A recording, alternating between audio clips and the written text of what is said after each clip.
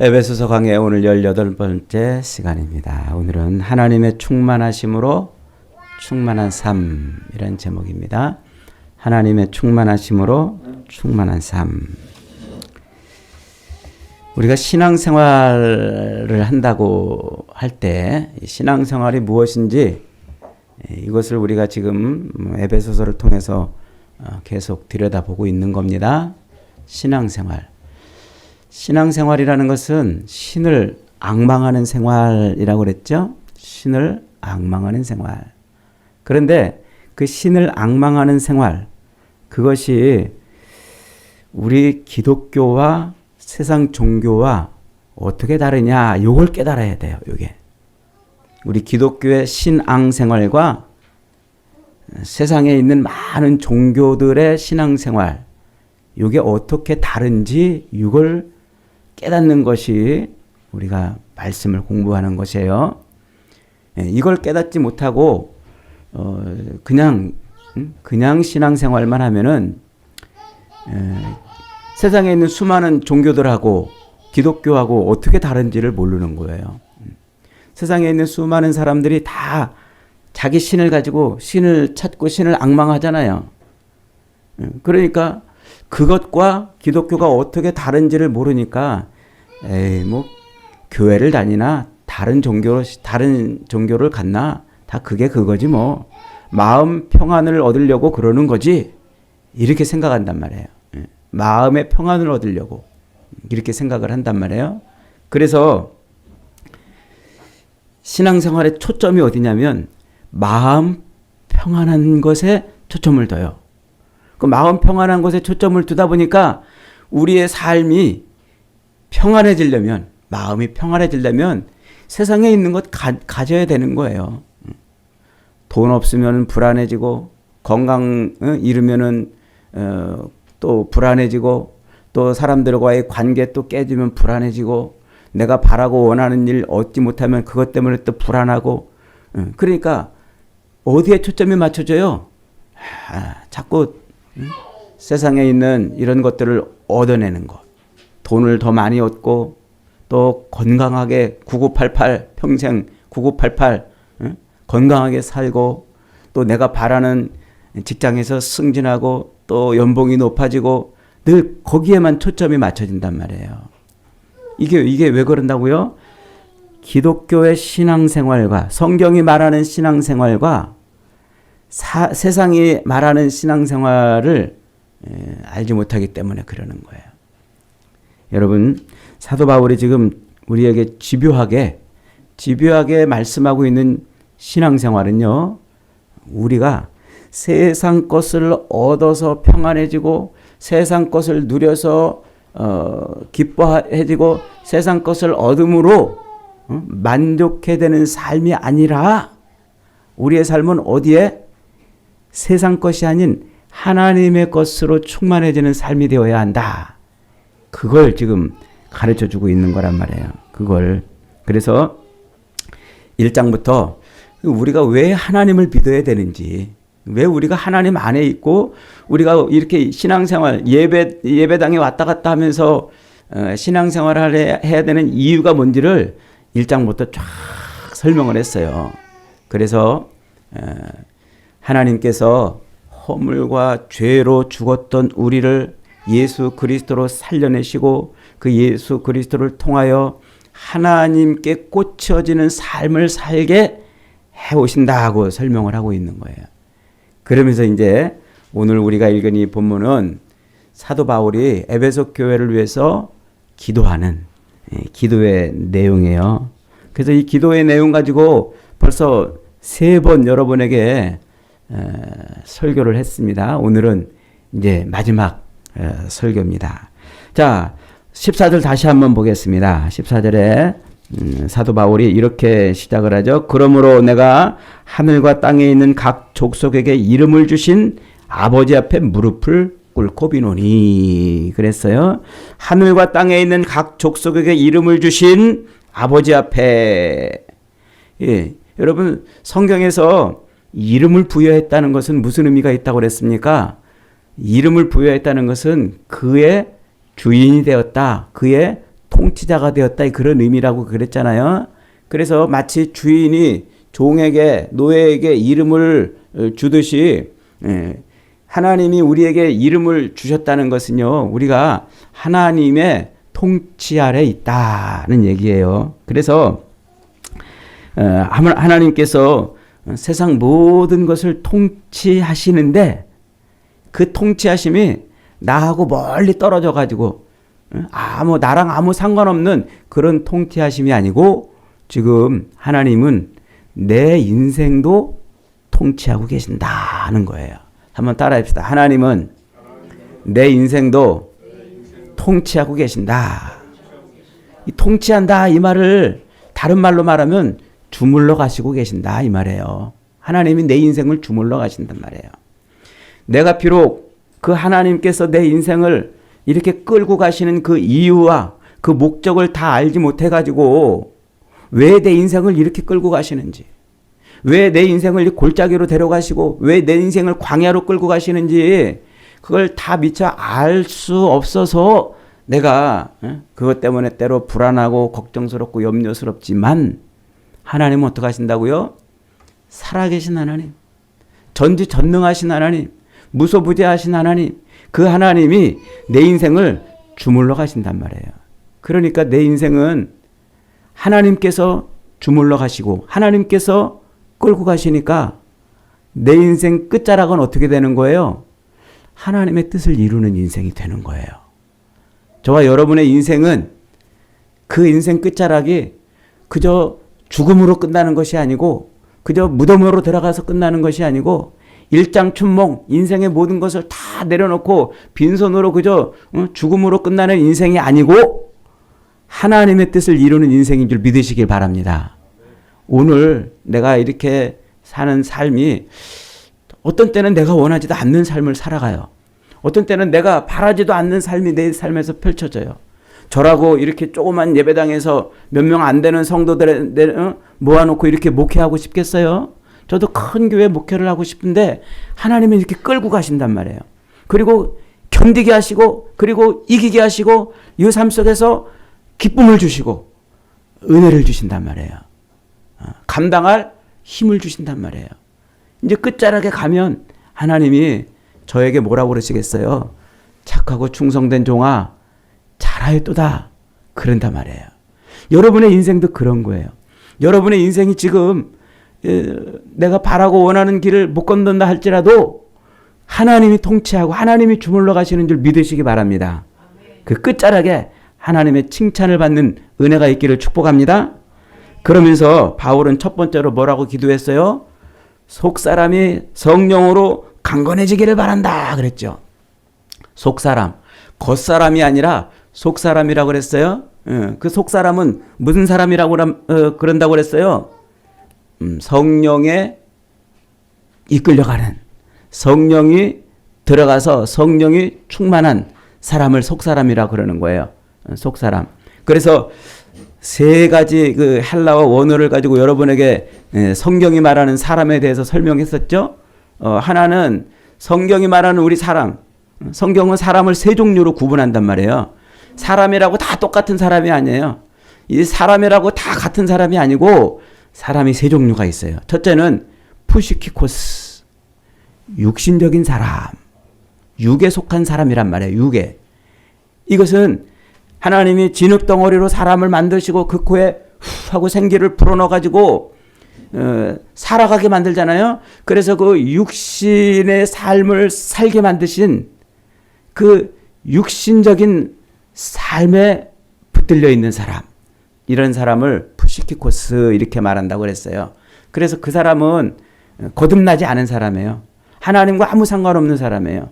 그저 아담의 죄 이후로 타락하고 범죄하여 그저 육신의 욕망을 채우려고, 자기가 주인이 돼가지고 자기 욕망을 채우려고, 자기 욕심을 채우려고, 그래서 자기 삶을 살아가는 사람을 푸시키코스 그런다고 그랬죠. 자, 그런데 두 번째는 또 어떤 사람이 있다고요? 사르키코스 이렇게 말하는 사람이 있어요. 사르키코스. 이것은 예수를 믿어요. 예수를 믿으면서 나 예수 믿습니다 그러는데 그럼에도 불구하고 하나님의 영에 이끌려가는 사람이 아닌 자기가 자기 인생을 끌고 가는 사람이에요. 예수를 믿음에도 불구하고 예수님께 자기 인생을 다 내어드리고 예수님이 자기 인생의 주인 노릇하게 하시지 못하고 자기가 자기 인생의 주인 노릇하는 사람이에요.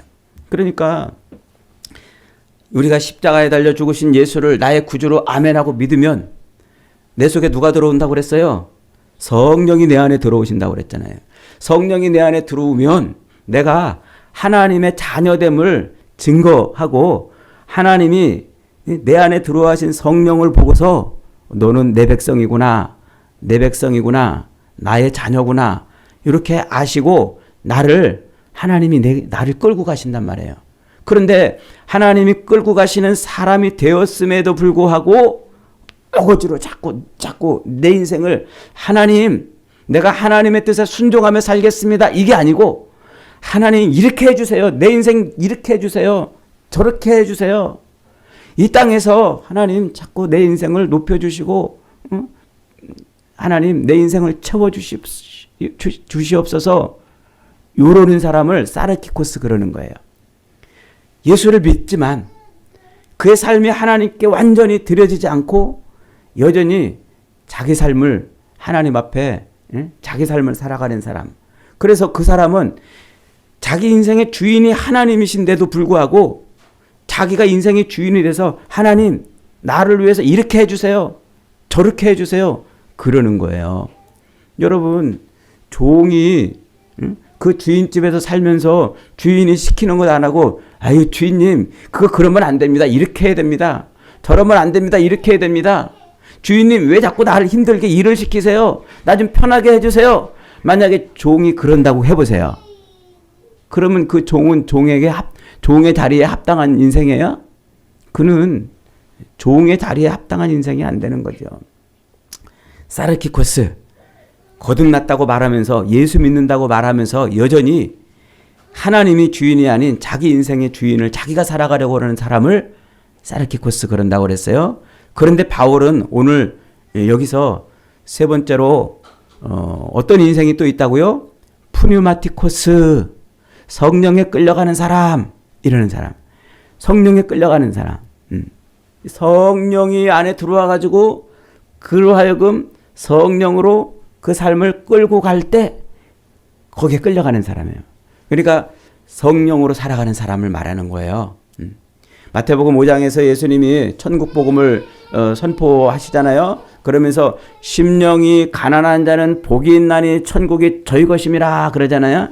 심령이 가난한 자는 복이 있나니 그 번역이 우리 한글로 번역이 조금 아쉽게 번역이 됐습니다만 원어의 뜻을 정확하게 직역을 해서 보면은 성령으로 빌어먹고 사는 자는 복이 있나니 이런 뜻이에요.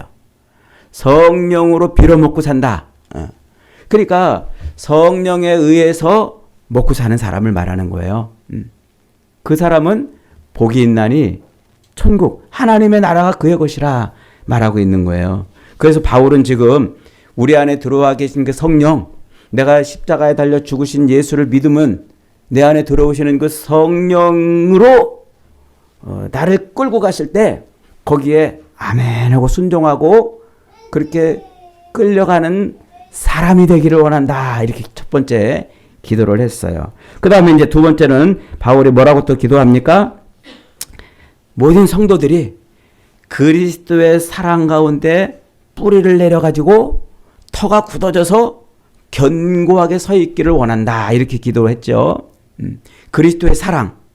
그 예수 그리스도께서 우리를 허물과 죄로 죽었던 우리를 살리시기 위해서 자기가 십자가에 매달려 죽으신 그 희생의 사랑을 말하는 거예요. 그 사랑, 그걸 깨달으면 어떻게 돼요? 그 사랑을 깨달으면 어떻게 나를 위해서 예수님이 대신 죽으셨을까? 놀라운 거예요.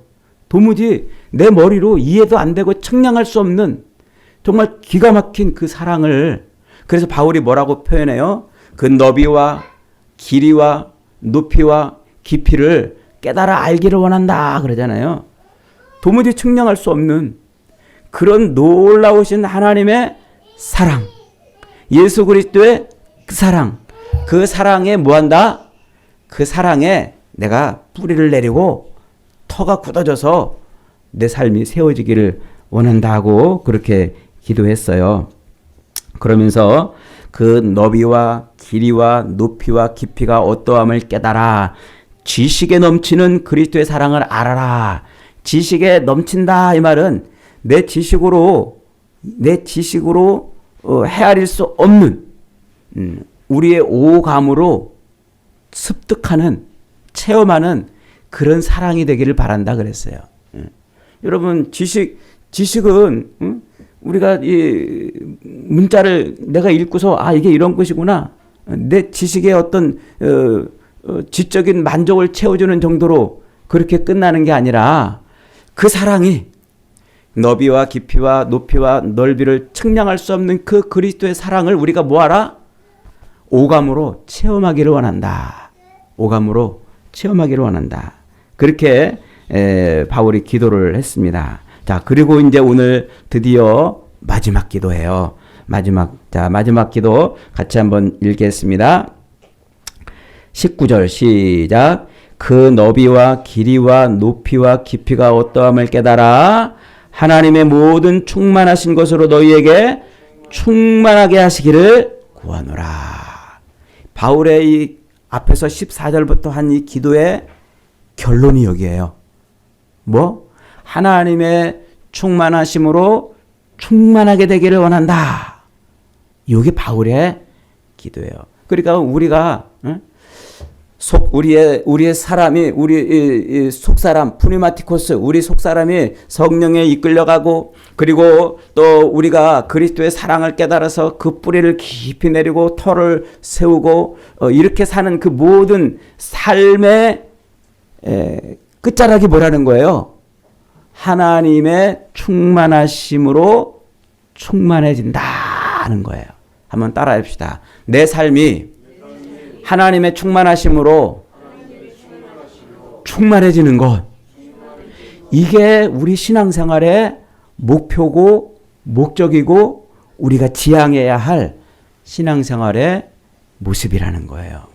그러니까 예수를 믿으면 뭐가 되는 거예요? 내가 예수를 믿음으로 말미암아 우리가 다달아야 될 목표는 하나님의 충만함으로 충만해지는 거예요. 세상 것으로 충만해지는 게 아니에요. 돈으로 충만해지고 세상의 욕망으로 충만해지고 세상 사람들이 얻는 그런 것들로 내 삶이 가득 채워지는 게 아니라 하나님의 충만하심으로 충만해지는 거예요. 그렇다면 여러분 하나님의 충만하심이라는 건 도대체 뭘까요? 하나님의 충만하심. 여러분 하나님이 가득 찬다 이 말이에요. 하나님이 가득 찬다. 물컵에 물을 채우면 물이 가득 차겠죠? 그러면 물이 충만해지는 거예요. 그러면 그 물이 충만해진다 하는 것은 물이 꽉 찼다라는 것을 의미하는 거죠. 하나님으로 우리의 인생이 가득 찬다는 것은 내 인생이 하나님으로 가득 차는 걸 말해요. 한번 따라해 봅시다. 하나님으로 내 삶이 가득해지는 거. 그게 하나님의 충만하심이란 말이에요. 그래서 사도 바울은 하나님의 충만이 우리가 다다라야 될 지점이고 우리가 바라봐야 될 곳이고 우리가 가야 될 곳이라고 지금 그렇게 말하고 있습니다. 그래서 하나님의 충만하심, 그 충만하심은 다른 말로 말하면 하나님이 가득해지는 건데 이걸 성경은 다른 곳에서 저 갈라디아서에서는 이것을 성령 충만 이렇게 설명을 해요. 하나님으로 이 에베소서에서는 하나님의 충만함으로 충만해진다. 이것을 갈라디아서에서는 네 글자로 뭐라고 그런다고요? 성령 충만. 성령이 하나님이시잖아요. 성령이 하나님이시니까 성령이 충만해지는 것을 그렇게 하나님으로 충만해지시는 것을 성령 충만 이렇게 말한단 말이에요. 자, 그러면 분명해졌죠? 갈라디아서에서는 그 성령으로 충만해진다는 것을 뭐라고 설명하고 있냐면은 성령의 9가지 열매로 설명하고 있어요. 성령의 9가지 열매가 뭐예요? 사랑과 희락과 화평과 오래 참음 자비 양선 충성 온유 절제니 이 같은 것을 끊어낼 법이 없다. 성령이 내 안에 들어와서 내가 그 성령의 충만한 삶을 살면 사랑과 희락과 화평과 오래 참음 자비 양선 충성 온유 절제 이런 삶을 못 살게 할 게 없단 말이에요. 막을 게 없고 회방할 게 없단 말이에요. 그렇게 사라진단 말이에요. 그러면 그런 삶이 뭐예요? 내 삶 속에서 사랑과 희락과 화평과 오래 참음 자비 양선 충성 온유 절제 이런 열매들이 막 매달려 있으면 주렁주렁 매달려 있으면 내가 누구로 충만해져 있다는 거예요? 성령으로 충만해져 있다는 거예요. 여러분 열매라는 게 뭐예요? 열매. 열매는 그 나무가 무슨 나무인지를 알려주는 표식이에요. 이 나무에 사과가 매달려 있으면 이 나무 무슨 나무? 포도가 매달려 있으면 포도나무. 무화과가 매달려 있으면 무화과나무. 성령의 9가지 열매가 내 삶에서 매달려 있으면 나는 무슨 나무? 성령의 나무예요. 그럼 내 안에 성령이 가득할 때 나를 성령이 지배하고 나를 끌고 갈 때 그러면 내 삶에서 그런 열매들이 나타나는 거예요. 그런데 사랑과 희락과 화평과 오래 참음 자비 양선 충성 온유 절제 이런 열매들을 저 사도 요한은 요한 1서 2서 3서에서 그걸 뭐라고 한 단어로 압축하냐면 사랑이라 이렇게 압축해요. 사랑. 그러니까 하나님은 사랑이라 이렇게 말하잖아요. 하나님 존재 방식이 사랑이에요. 하나님 존재 자체가 사랑이에요. 그 사랑의 정점은 뭘까요? 사랑의 정점은 뭘까요? 용서란 말이에요. 그게 용서. 하나님이 우리에게 사랑으로 나타나잖아요. 그 사랑의 결정체가 뭐냐면 허물과 죄로 죽어 하나님을 배역하고 배반한 우리를 용서해 주는 거예요. 용서. 이게 사랑으로 나타나는 삶의 결정체라는 거죠. 그러니까 하나님은 사랑이시라고 그러잖아요. 왜 하나님이 사랑이시라고요? 우리를 용서해 주셨기 때문에 사랑인 거예요. 죄와 허물로 죽고 하나님을 배반하고 반역하고 하나님과 상관없는 삶을 사는 그런 우리를 내치지 않고 버리지 않고 영원한 저주 가운데 지옥으로 떨어뜨리지 않고 아들을 죽여서까지라도 나를 구원해 내시는 그 용서하심의 결정이 바로 사랑으로 표현되는 거예요. 그래서 우리가 하나님의 충만하심으로 충만해진다는 것은 이렇게 삶에서 하나님의 사랑이 드러나는 걸 의미해요. 하나님의 사랑의 결정이 뭐라고 그랬어요? 용서라고 그랬잖아요. 용서는 뭐예요? 예수 그리스도가 십자가에 달려 죽으심으로 우리를 용서해 내시는 그 삶의 방식이 용서인 거예요. 그러니까 예수님이 나를 대신해서 십자가에 죽는 것을 뭐라고 그랬어요? 내가 죽어 너를 살리는 것이라 그랬잖아요. 한번 따라해 봅시다. 내가 죽어 너를 살린다. 내가 죽어 너를 살린다. 내가 살기 위해서 저것을 죽여야 되는 이 정글 같은 세상에서 내가 죽어 너를 살리는 그 삶을 살아내는 것이 그리스도인이고 그것이 하나님으로 충만한 사람의 삶의 표현인 거예요. 우리 그리스도인은 윤리적으로 도덕적으로 이제 내가 예수 믿으니까 착하게 살고 예수 믿으니까 용서하고 살고 예수 믿으니까 이제 내가 다른 사람을 관대하게 그렇게 살아야지. 그런 윤리적인 측면에서 우리의 삶이 사라지는 거 아니에요. 여러분 예수 믿는다고 쉽게 남을 용서해 줍니까? 예수 믿는다고 남한테 막 베풀어 줍니까? 흉내는 낼 수 있어요. 조금 흉내는 낼 수 있어요. 예수 믿으니까 좀 베풀고 예수 믿으니까. 근데 조금 지나면요. 내 안에 하나님의 영이 성령이 들어와서 나를 온전히 지배하지 못하면요. 예수 믿는다고 베풀고 예수 믿는다고 용서해 주는 거 금방 바닥나버려요. 그래서 점점점 세상 사람하고 별반 다를 게 없어요. 그러니까 오늘날 한국교회가 세상 사람들에게 욕먹고 손가락질하고 지탄받는 이유가 뭐예요? 예수 믿는다고 그러면서 자기들하고 별반 다른 게 없는 거야. 신앙을 잘못하고 있는 거예요. 성령이 이끌어가는 삶을 못 사는 거예요. 자기 인생의 주인이 되어서 자기가 살기 때문에 그래요. 흉내를 내기 때문에 그래요. 흉내를 내기 때문에. 여러분, 흉내 내가지고는요, 우리가 변화된 삶을 살지 못해요.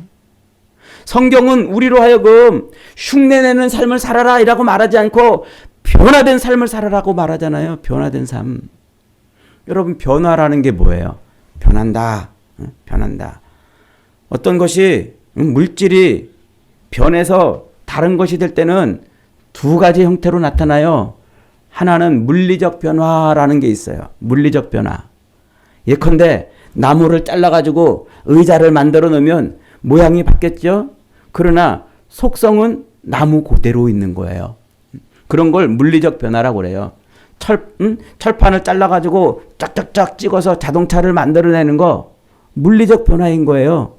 그런데 나무를 잘라가지고 그것을 가루를 내서 짓이겨가지고 아주 그냥 풀떼기처럼 만들어가지고 그걸 얇게 바르며 종이를 만들어내면 그것은 나무의 성질은 사라져버렸어요.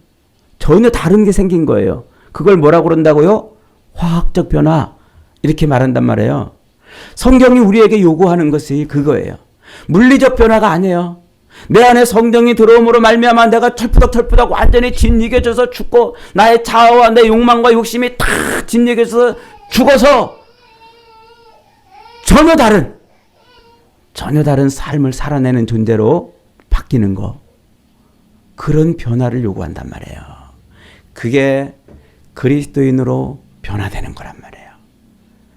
하나님이 내 안에 들어오시면 그게 가능해진다고 지금 바울은 말하고 있어요. 그래서 하나님의 충만하심이 충만해지기를 기도하고 있는 거지요. 하나님이 내 안에 들어오셔야 돼요. 여러분, 하나님이 내 안에 들어오시는 것은요, 하나님이 내 삶에 충만해지는 것은요, 다른 거 없어요.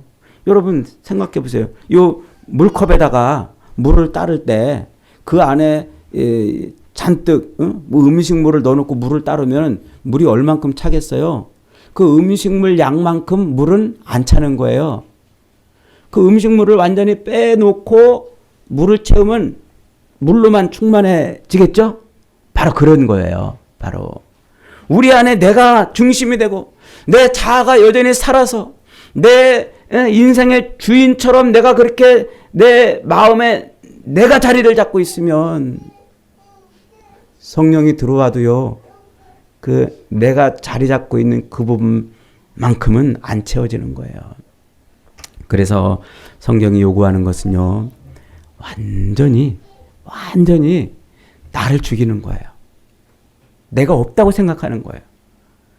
아유, 하나님 마음대로 하세요.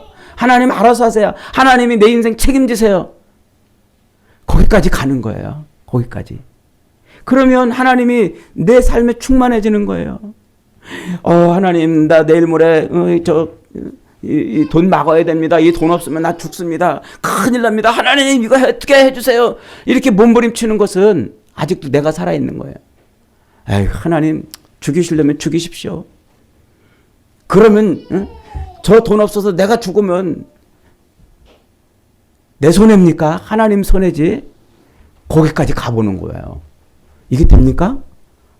어렵지만 하나님은 우리가 그렇게 하기를 원하면 할 수 있게. 그래서 마지막 절에 이렇게 말하는 거예요. 사도 바울이 우리 가운데 역사하시는 능력대로 우리가 구하거나 생각하는 모든 것에 더 넘치도록 우리에게 주신다고 말씀하잖아요. 그 나를 완전히 포기하고 내가 완전히 죽었다는 하나님, 난 이제 하나님 아니면 죽습니다. 하나님이 알아서 하세요. 철푸덕 내려가는 거예요. 제가 예전에 설교하면서 갈라디아에서 강의하면서 이런 예화를 한번 들은 적이 있잖아요. 어떤 아들하고 아버지가 있었답니다. 이 아들이 아버지 말을 지독하게 안 들었대요. 맨날 그냥. 그래서 어느 날 이 아버지가 아들한테 그랬다고 그래요. 너 왜 이렇게 말을 안 듣냐? 막 그러니까 이 아들이 아버지 닮아서 그렇죠 뭐 이제 그랬대요. 아버지 닮아서 그렇죠. 야, 나 닮았다면 나처럼 살아야지 왜 너 네 멋대로 살고 그러냐? 그러면서 이 아들을 데리고서 목욕탕에 갔대요. 그 목욕탕에 가서 이제 아버지가 탕 속에 딱 들어가니까 시원하잖아요. 시원하다 그러니까 이 아들이 그 습기 많은 목욕탕 속에서 시원하다 그러니까 자기도 얼른 그 탕 속에 들어가서 시원함을 느끼고 싶어서 탕으로 폴짝 떠들어갔어요. 그랬더니 뜨거워가지고 뜨거워 하고 이렇게 나왔어요. 그러면서 뭐라고 소리 질렀다고요? 아유, 세상에 믿을 놈 하나도 없네 그랬다는 거예요. 얼마나 기가 막혀요. 응? 얼마나 기가 막혀요. 아버지한테 세상에 믿을 놈 하나도 없네. 그래서 이제 목욕을 끝나고 나오니까 출출하잖아요. 그 앞에 만두 가게 가서 만두를 시켜가지고 먹는데 어떻게 하다 보니까 돈이 모자라서 한 접시만 시켜서 먹었대요. 근데 한 접시에 몇 개 나왔어요? 7개 나왔어요. 먹다 보니까 아버지가 5개 먹은 거야. 애가 2개를 먹은 거야. 그러니까 아버지가 좀 미안했던지 아들한테 아들아 배부르자? 그랬더니 아들이 뭐라고 그랬다고요? 2개 먹은 사람 배부르면 5개 먹은 놈은 배 터지겠네? 그러니까 이 아들이 아버지가 기가 막혀가지고 집에 들어오자마자 막 방망이가지고 두드려 팼대. 이놈의 새끼 하면서 막 아버지를 그렇게 그냥 무시한다고 막. 그랬더니 그 아들이 뭐라고 그랬어요? 그래 패라 패. 네 아들 죽지 내 아들 죽냐. 여러분 제가 여러분에게 지금 무슨 얘기를 하려고 그러는 걸까요? 우리가 패대기 쳐지고 세상에서 내동댕이 쳐지고 우리가 그렇게 멸시당하고 모욕당하면 하나님의 영광이 떨어지는 거예요. 하나님의 아들 죽지 내가 죽냐 말이에요. 하나님은 그걸 못 견디세요. 우리를 통해서 하나님의 영광이 드러나기를 원하세요. 우리를 통해서 하나님의 살아계심이 드러나기를 원하세요. 예수 믿는다고 그러면서 맨날 지질이 궁상을 떠는 그런 삶 살게 안 하세요. 하나님은 이 땅을 살아가는 동안 하나님이 우리가 하나님의 사람인 것을 드러내고 증명하고 나타내고 그런 삶을 살게 하시고 싶으셔요. 그래서 하나님이 우리를 끌고 가시는 거예요. 그런데 하나님한테 끌려가지 않고 다 그냥 망아지처럼 막 내 멋대로 내 맘대로 내가 하고 싶은 대로 자꾸 가려고 그러니까 힘들고 고통스러운 거예요. 힘들고. 하나님이 내 안에 들어와서 충만해져야 돼요. 나는 죽어야 돼요. 이 세상에 여러분 예수 믿으면 우리 천국 가잖아요. 믿습니까? 예수 믿으면 천국 가잖아요. 믿습니까? 안 믿어지나 봐. 천국은 이 땅하고 비교할 때 어떤 곳일까요? 슬픔도 없고 눈물도 없고 고통도 없고 아픔도 없고 괴로움도 없고 병도 없고 그런 곳이에요. 이 세상하고 비교할 수 없는 그런 곳이에요. 그러면 여러분 여기서 천년만년 사는 게 좋아요? 거기 가서 천년만년 사는 게 좋아요? 어디가 좋아요? 여러분 여기 눈물 많고 고통 많고 괴롭고 힘든 여기서 천년만년 사실래요? 천국 가서 천년만년 사실래요? 네? 개똥밭에 굴러도 이승이 좋은 거죠? 아니에요, 여러분. 여기는 우리가 천년만년 살 곳이 아니에요. 우리는 하나님이 준비해 놓으신 그 하나님의 나라에 들어갈 사람들이란 말이에요. 그러므로 이 땅에서 하나님이 우리를 그 땅에 들어가게 하시려고 그 하나님의 나라에 들어가게 하시려고 우리를 끌고 가는데 아니에요. 하나님 글리 가면 안 돼요. 이쪽으로 가야 된다니까요 하면서 세상 것을 자꾸 얻으려고 그러고 그러면 그럴수록 우리 삶은 고통스럽고 힘든 삶이 돼요. 여러분 지금 사도 바울이 우리에게 말해주려는 게 뭡니까? 우리 인생이 하나님으로 충만해지기를. 하나님으로 충만해지기를. 그래서 내 인생이 하나님으로 가득 차서 하나님의 영광으로 영광이 드러나는 삶을 살기를 바라는 거예요.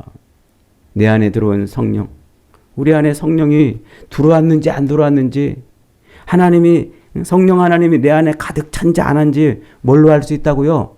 사랑과 희락과 화평과 오래 참음, 자비, 양선과 충성과 온유와 절제, 그런 걸로 알 수 있단 말이에요. 예수 믿는다고 말하면서도 조금도 사랑하지 못해. 남을 조금도 용서하지 못해. 그러면 예수 믿는다고 자기가 말을 해도 실상은 성령이 그 사람을 안에 지배하지 못하고 있는 거예요. 예수 믿는다고 말하는데 삶이 희락으로 늘 가득 차야 되는데 희락, 기쁨이 없어. 뭐 세상이 맨날 세상이 왜 이러냐, 왜 나만 이렇게 힘들고 어렵냐, 맨날 예수 믿는다고 말하면서 세상에서 기쁨을 싹 잃어버려. 그냥 그러면 내가 예수를 믿는다고 내 입으로 말을 한다 할지라도 성령이 내 안에 아직 충만하게 역사하는 거예요. 예수 믿는다고 말하면서도 화평이 없어. 화평. 막 내 안에서 막 그냥 미움과 갈등과 이런 게 막 솟구쳐가지고 남을 시기하고 질투하고, 막 내가 입으로 예수를 믿는다고 말해도 그 사람은 성령이 지배하지 않는 사람이에요. 아직도 자기가 주인인 사람인 거예요. 예수를 믿는데 절제하지 못해. 이 세상 거 그냥 막 더 이걸 얻으려고 막 애를 쓰고 이것 얻으려고 몸부림치는 그런 삶을 살면, 자기가 아무리 예수를 믿는다고 말해도요, 그 사람은 예수 믿는 성령이 그를 지배하지 않는 사람이에요. 아직도 멀었어요. 여러분, 사도 바울은 지금 감옥에서 에베소 교인들을 위해서 기도하고 있어요.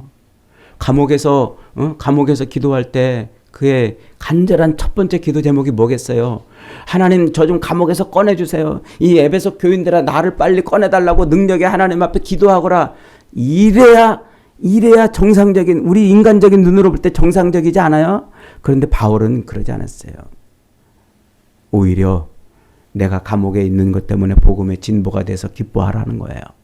오히려 내가 감옥에 있는 것 때문에 너희들 걱정하지 마, 염려하지 마. 이것 때문에 하나님이 너희들 가운데 더 큰 역사를 내서 하나님이 진짜 살아계신 것을 보게 하기를 원한다. 그랬잖아요. 그러면서 뭐라고 그래요? 너희들 그리스도의 충만함으로 충만해져라. 그리스도의 충만함, 하나님의 충만함으로 충만해져라. 여러분, 이것이 오늘 사도 바울이 우리에게 던지는 메시지입니다. 오늘 저와 여러분의 삶도 진짜 예수 믿음으로 말미암아 하나님께 내 삶을 완전히 드리는 삶이 되기를 바랍니다. 나는 죽고 내 안에 예수가 사는 그런 삶을 살아갈 때, 그때 하나님의 영광으로 우리 인생이 충만해지는 겁니다. 날마다, 시마다, 때마다, 일마다 나는 죽고 내 안에 하나님의 충만함이 충만해져서 그렇게 하나님께 영광을 돌리는 복된 저와 여러분 되시기를 주님의 이름으로 축복합니다. 아멘.